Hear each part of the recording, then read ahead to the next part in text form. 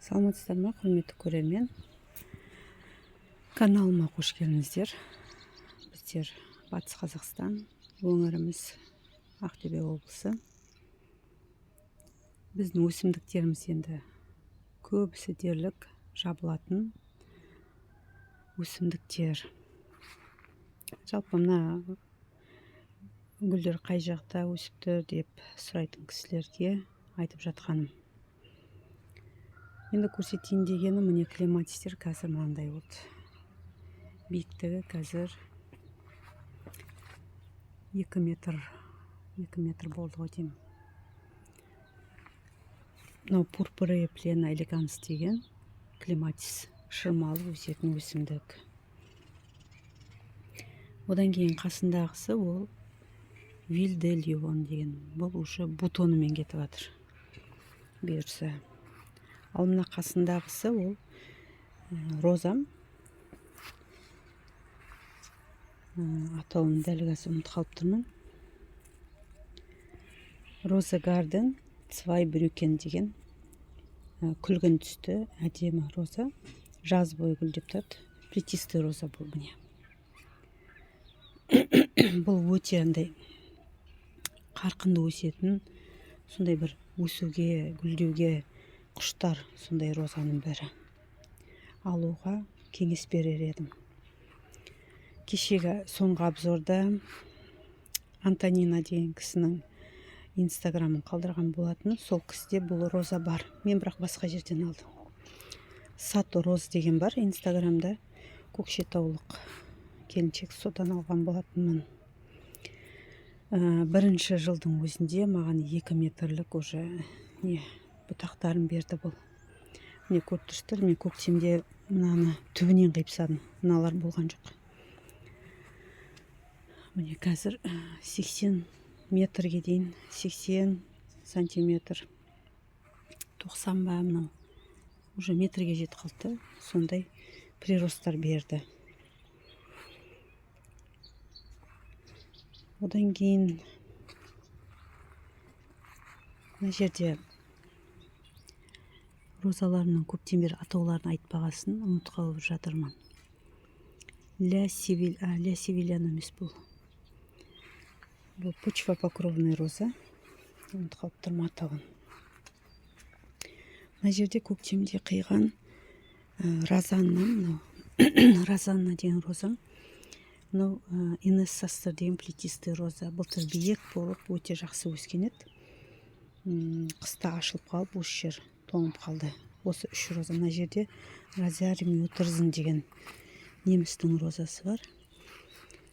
Бұны да түбінен қиып тастадым. Жайлап енді өсіп жатыр. Одан кейін Пьер де Рансар. Бір кісі сұраған екен, сізде Пьер де Рансар бар ма деп. Не бар? Бұйырса, міне уже бутонын ашайын деп тұр, жарылайын деп. Жақсы, міне қыстап шыққан бұтақтары осы болды. Негізі өсу қарқыны өте жақсы. Бірінші жылдың өзінде менде гүлдеген жоқ. Мынау биыл 3-ші сезон. 3-ші сезон жақсы биікке өсті, бірақ бізде енді салқын болғасын міне қыстамай қалады. Сол себепті біздер кесеміз. Негізі ұзын бұтақтары болды бұның. Былтыр да осындай ұзын бұтағы қыстамай қалды. Сол кезде кесіп садым. Амал жоқ, кесеміз енді бізде. Одан кейін сіздерде розадан басқа өсімдіктер бар ма деген кісілерге, әлбетте енді клематистер бар. Мынандай көп жылдық өсімдіктер бар. Мынаны овечьи уши деп айтады. Болмаса өзінің де атауы бар ғой деймін. Мынау дербейник ивалистный деген жазда әдемі розаларға компаньон болып гүлдейтін өсімдік. Одан кейінгі өсімдік, мына жерде менде клематис, осылай жаты өсетін. Бұл ұзармайды, осылай метрге дейін көп болса сондай жаты өсетін почвопокровный арабелла деген. Міне бұйырса жаздай гүлдейді. Сондай жақсы клематистің бірі. Одан кейін үйімнің жанында мынандай өсімдігім бар. Бұл княжик. Мына жерлері білмеймін, тірі мыналар, бірақ ашылмай тұр. Неге екенін. Былтырда осы түбі мараза бойыны деп айтады, яғни күн жылып келе жатады. Содан соқтар жүгірген кезде, қайтадан замырсқы болған кезде, соқ жүгірген жерлер қатып жарылып кетеді. Сондай түбі бар мына жерде. Мынау соның сабағы шығар деп ойлаймын. Дұрыс жапырақтарын ашпай тұр. Одан кейін мына жерде менде өте әдемі қызыл розаның бірі, симпатия деген розам.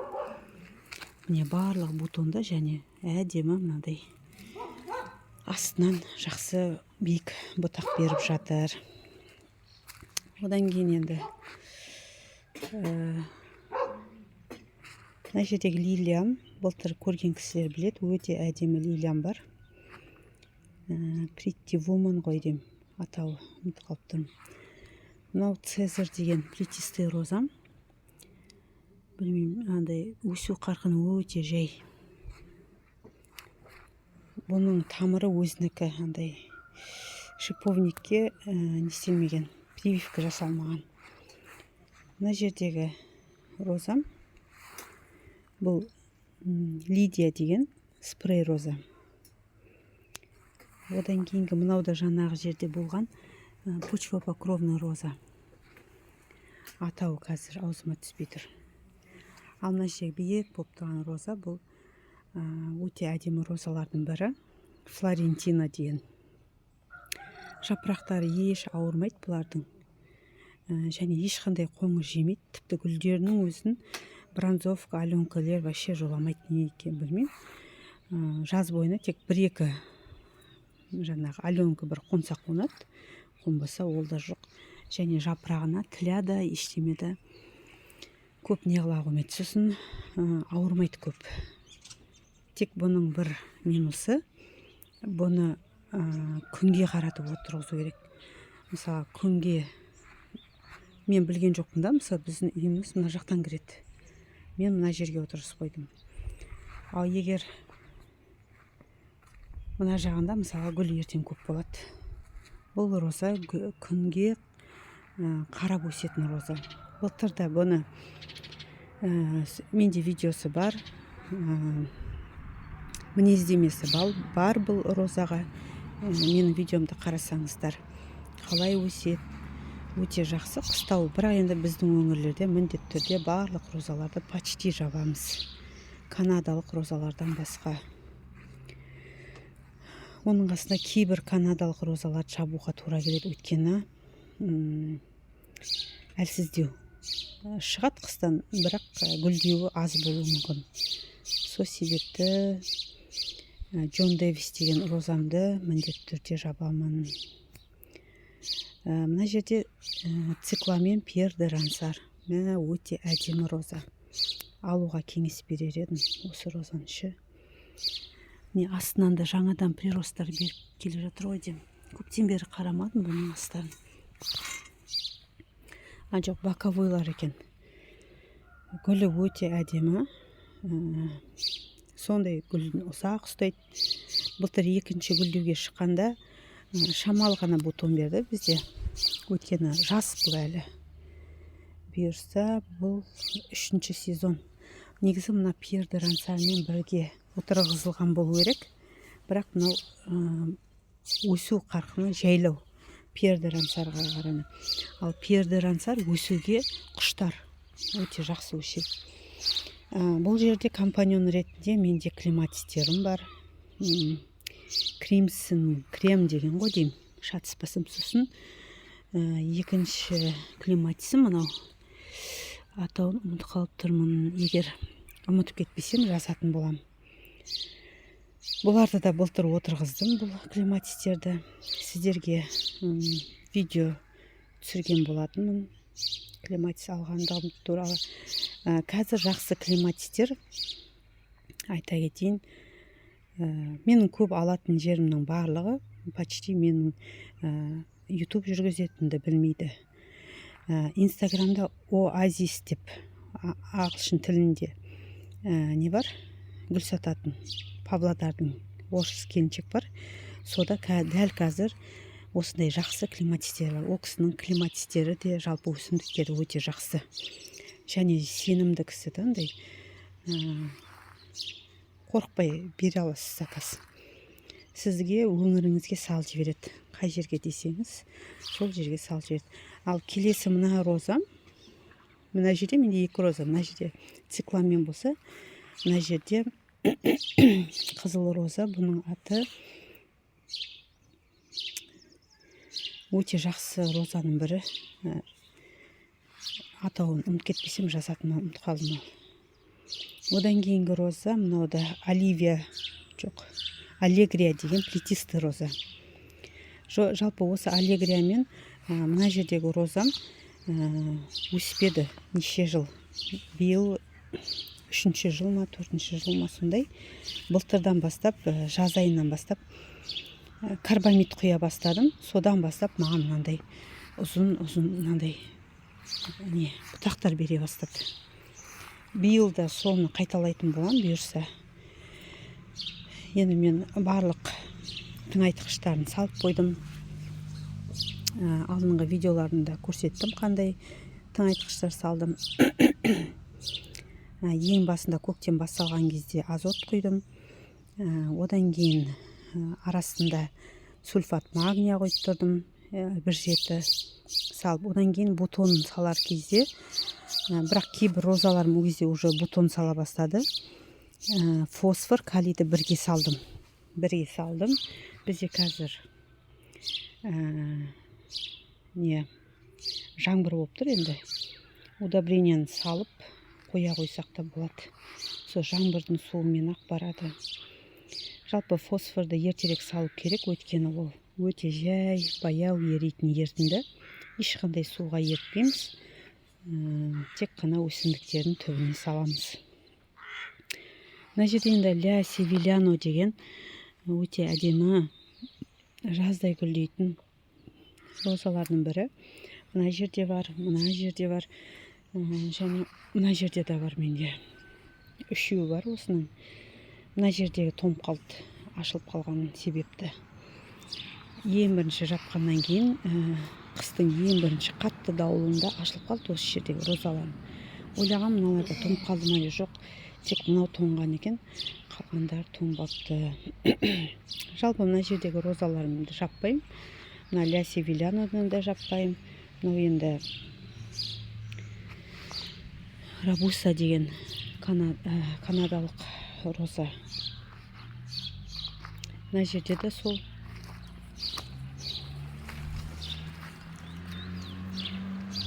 Мына жерде менде міне ромашка қатты өсіп кетіпті. Менің мына гортензиямды не істеп тұр. Былтыр мына гортензияны мен өзінің кислый торф алып отырғыздым, бірақ сонда да міне хлороз болып тұр. Яғни бұған железо құю керек, және түбіне лимонный кислота қосып су құю керек. Болмаса мынадан ба деймін, мынаны да азайтуым керек қой деймін. Мына жағы ондай емес, мынау тиіп тұрған жері осындай хлороз болып тұр.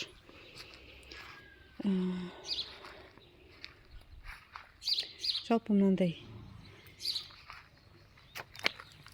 қылқан жапырақты өсімдіктерім бар. Былтыр осы қыста мынау қар түсіп ортасына, оның үстіне балдарым басып, мынаны бүйтіп.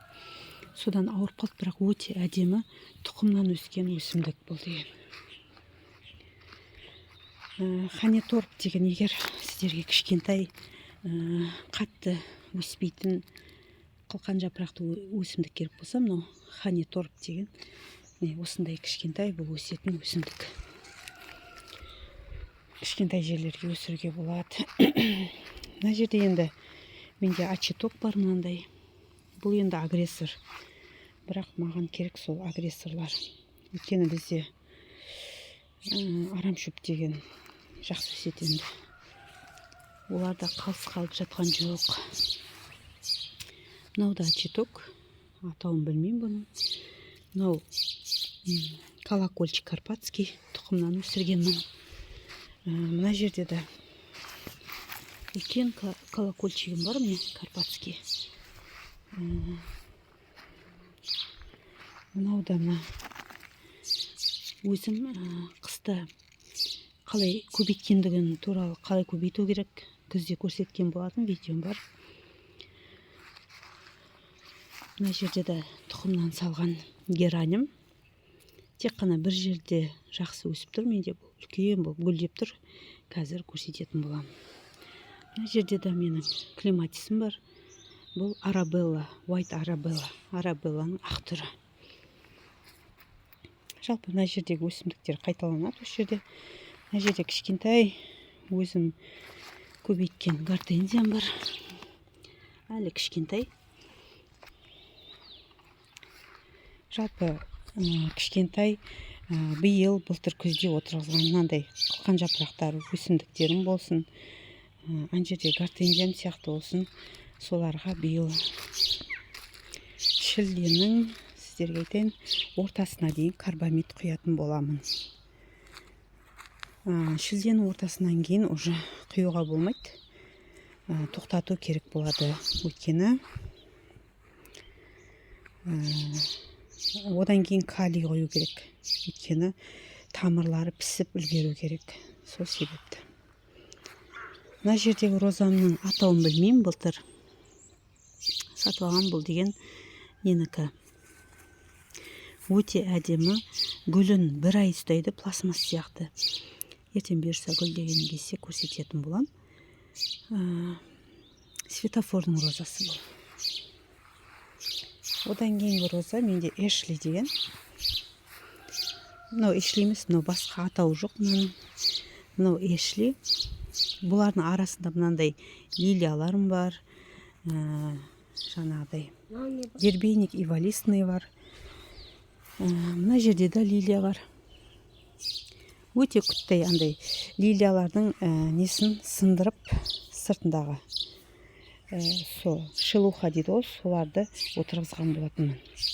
Содан өскені бұл.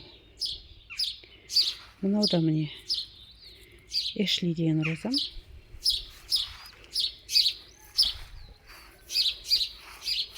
Мына жерде осымен осындай өсімдіктер. Мына жерде де клематисім бар. Бұның атауы қалай еді, ұмытып қалып тұрмын. Өте әйгілі клематистің бірі болды. Ұмытып қалып тұрмын дәл қазір атауын. Жалпы мынандай кішігірім елкаларым бар. Қазір ашылып жатыр осылай.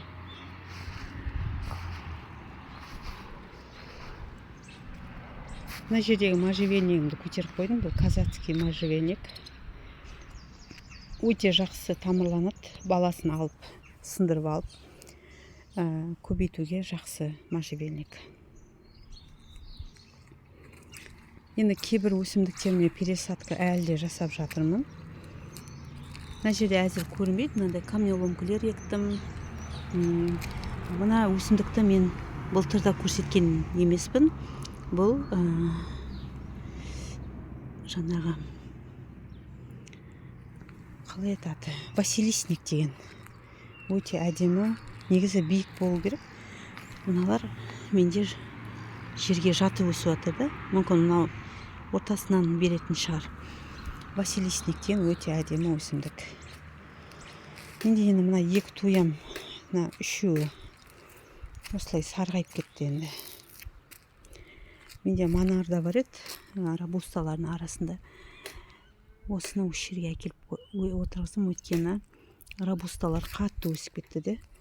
Мына манарданы жауып тастағам. Сол себепті осылай отырғыздым. Мына жерді бұл өзімше енді японский садигім мен. Өте әдемі болып тұр қазір. Мынау ел, недеформис деген ел. Өте жақсы, тек мына көктемге таман бас жағы шамал күйді. Жалпы жақсы енді.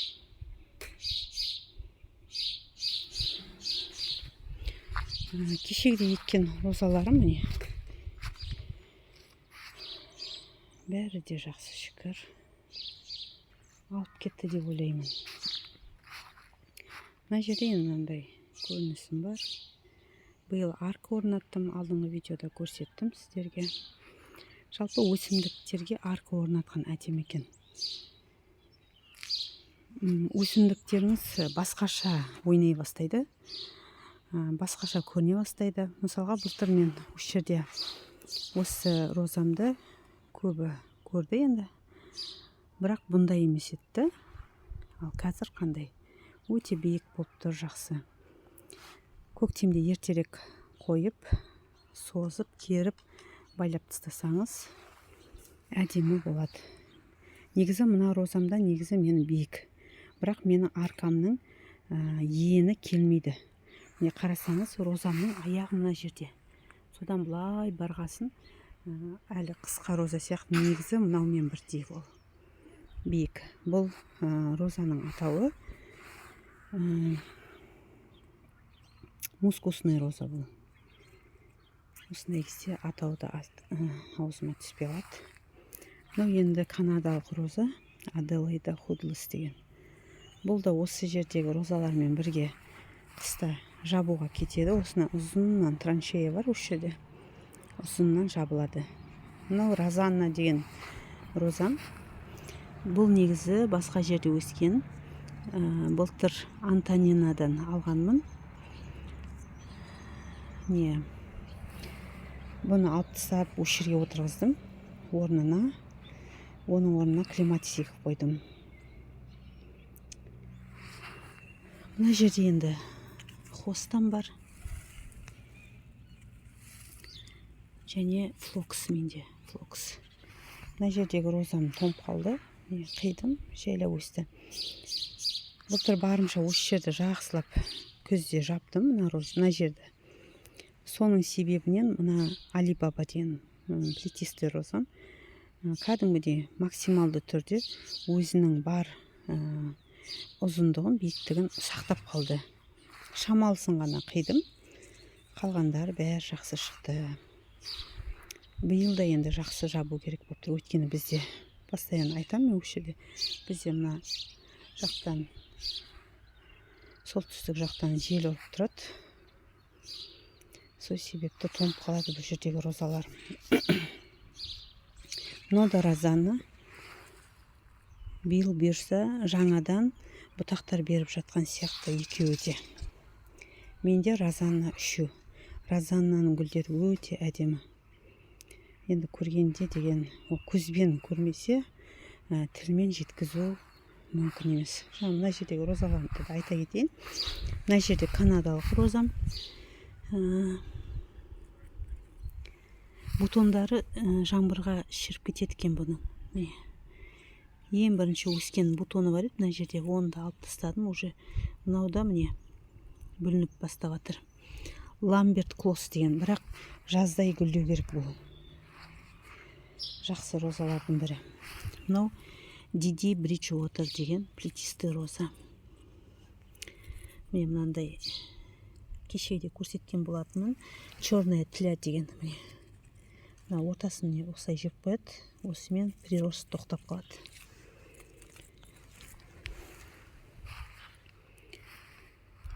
Кейбір розаларымды басында ертерек уламай сонымен тілі жеп қойды кейбірін. Алдыңғы видеомда көрсеткен болатынмын. Мына жерде Quicksilver деген, Антонинадан алдым бұнда былтыр. Диди Бриджуотер, Аубе деген Японияның розасы. Гүлі ірі, өте әдемі, иісі мықты роза болу керек. Описание бойынша. Бұл розада көп видеода жоқ, бұлар ютубта бір-екі жері болмаса, бар болса да андай мінездеме берілмеген бұл розаларға. Жалпы қандай өсімдік алсаңыз да мінездеме керек болатын болса, сіздерге Google-ға терсеңіз сол жерден табасыздар. Роза буктан басқа да әйтеуір Google-дың ішіне жазсаңыз барлық өсімдіктер шығады, ютубтан таба алмаған өсімдіктер. Мына жердегі клематистерім де жаман емес, тек мына руж кардиналым ғана шықпады әлі. Шығатын шығар деп ойлаймын. Мүмкін стресстен шықпай қалып тұрма. Мынандай декоративный капуста екенмін. Әдемі. Қазір мына жерде тағы да бар менде. Өте әдемі мынау.